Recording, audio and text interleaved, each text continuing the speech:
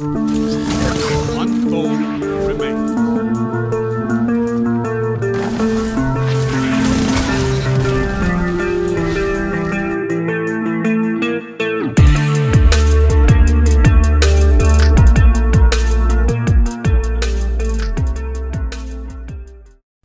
Yo, what's up my Destiny dudes? Check it out. Today I thought I'd show you guys what it looks like for Diamond Tier gameplay.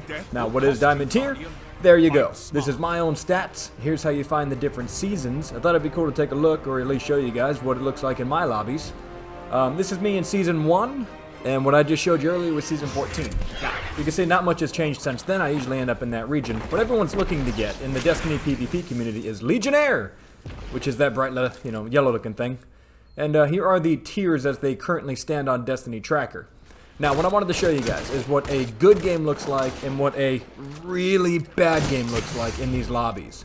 It really does come down a lot of the time to you, but I'm going to be showing you my personal gameplay from a really good game where we had really good opponents. We just played incredibly well together, and I was definitely shooting decently and playing my corners the right way. And then after that, I'm going to show you a game that is just awful, where I get completely destroyed. And we're, again, against a completely solo team, but it's in the Diamond Tier. So, yeah, it really does go kind of both ways, but they are all Diamond Tiered players. Maybe one of them is Legionnaire. I really doubt it.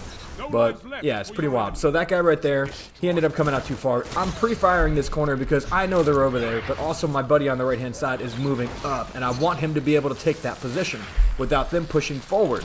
So one of the reasons I moved up just now was to try to help him move to his position so he can shotgun if they were to move forward. These guys are now pushed back, and my teammate, you see him pick and move like that? He knows I got some hits. He saw where my bullets were going, so he moved up a little bit to try to finish off, but he did not over-engage. Now, I over-engaged right here because it's the end of the match. They only had 2 lives left. It was worth it for me to put in the damage, even though I traded at the end. These guys don't miss many shots.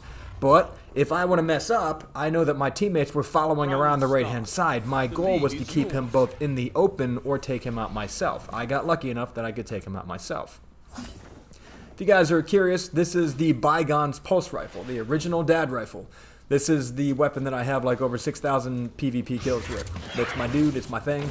I really wish that there was a way for this thing to not be sunset, but whenever I'm feeling super nostalgic about this game, this is the rifle that I go to. It has outlaw kill clip, and it's amazing. So right there, I was hoping he would come around the corner because my teammate's up on the top right there. That's a good play for him to make, but I was crouching, trying to stay off radar, and that worked. He immediately realized his mistake and kind of overly committed to an area he was in. Now that I have outlaw and kill clip active, my goal is to push with it, since I've taken 0 damage. Something that happens in competitive gameplay is we tend to push with kill clip when we are half health. You can easily be one shot by a 120 or by a sniper in the body. So I always try to make sure that when I'm playing with kill clip active that I, right there I'm baiting them to use some of their stuff, just a little psychological warfare there. Anyway, what I try to do with kill clip is if I have the life, left over, or I'm fully health, then I'll move in and I'll engage because I have good opportunity. If I don't have anything, or I'm sorry, if I don't have any health or anything like that, then I will back off immediately because I don't want to give them I don't want to take a death, So we're all team firing here. Since they're all bunched up and this guy was looking for an obvious way to retreat, I decided to take him at that corner and cut him off. It looked like that's what he was doing, and I guessed correctly here. And that guy right there moving too far into the open, and I've got the lower angle, so there's nowhere he can go to get away from me. I've got super, which is a good sign. Me poking over the top like that is non-committal, but it gives me and my teammates an idea of where they are. So, yeah, I'm just keeping pressure on this guy right here, making sure that he is moving where I need him to. Not committing, because I want my teammates to be able to commit, more so than me, since I do believe they're probably the better shots. All I'm doing is tracking. They're pressuring. I'm cutting off any angle he has for escape, and that's what that looks like. To me, that's decent gameplay. I took 0 deaths in that round. I got a lot of damage out of it. I usually go for the assist when I play comp more than I go for the kill. And let me explain that. If you overly commit to any one-on-one engagement, let's say you trade, that means you're still losing in my book. If you're trading, as opposed to just putting in damage and running away or cornering really well, then you're probably causing more harm than good to the team dynamic, since more than likely you know, you take a death, let's say your teammate takes a death, they get super energy back from that, and it snowballs against you, so it's not in your favor anymore. I actually panicked right here. I knew they have a super, my tether didn't go off.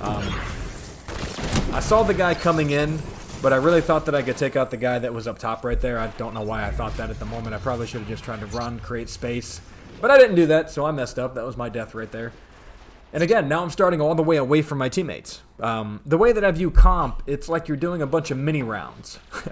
Every time you take a death, that's round 1. Every time you get them off of, or if you take, you know, if you give them a death, then it's basically like you're taking a round away from them, because then you can just solo or even, you know, triple cap on the other 2 guys, since now they have to.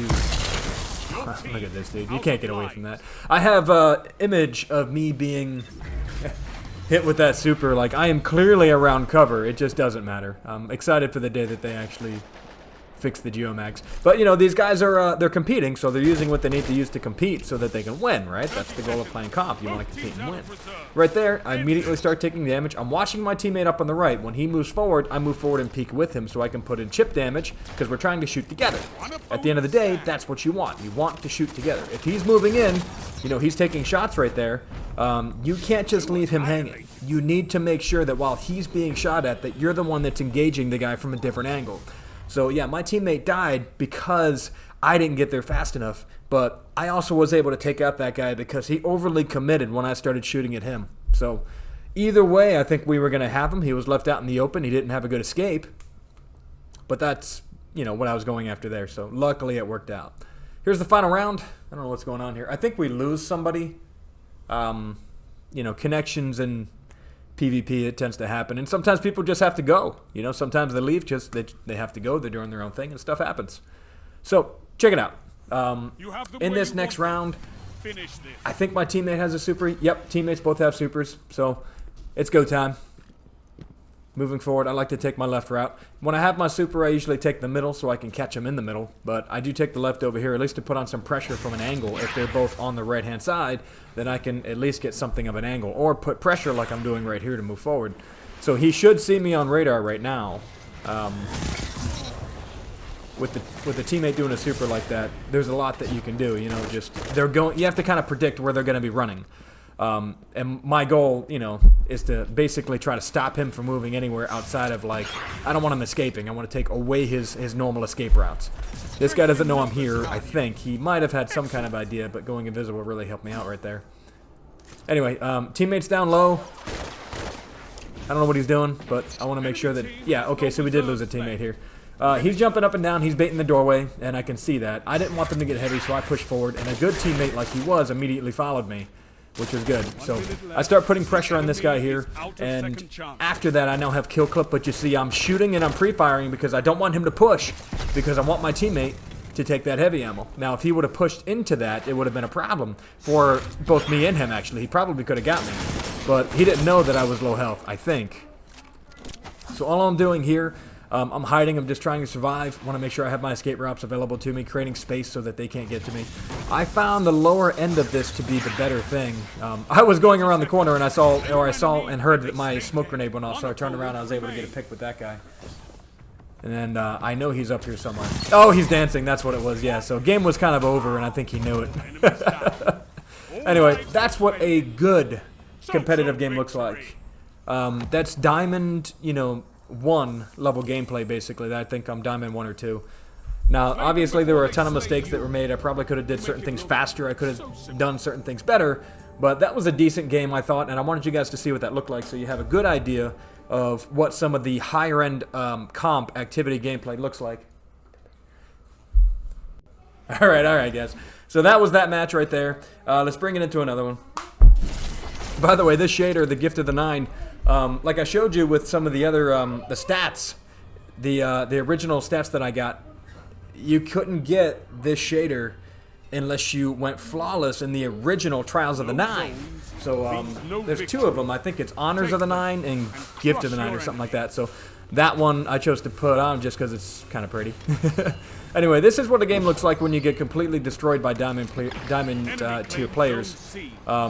These guys are just amazing. Like everything that they did was beautifully done. They played as a team. They shot together. They held ground together. They spawn camped when the opportunity arose. They pressured and they did amazing. So I do everything I can. I think I go even 1-1 or something. But look at this guy. He had a feeling I was there, I believe. They pushed together. They shotgun together.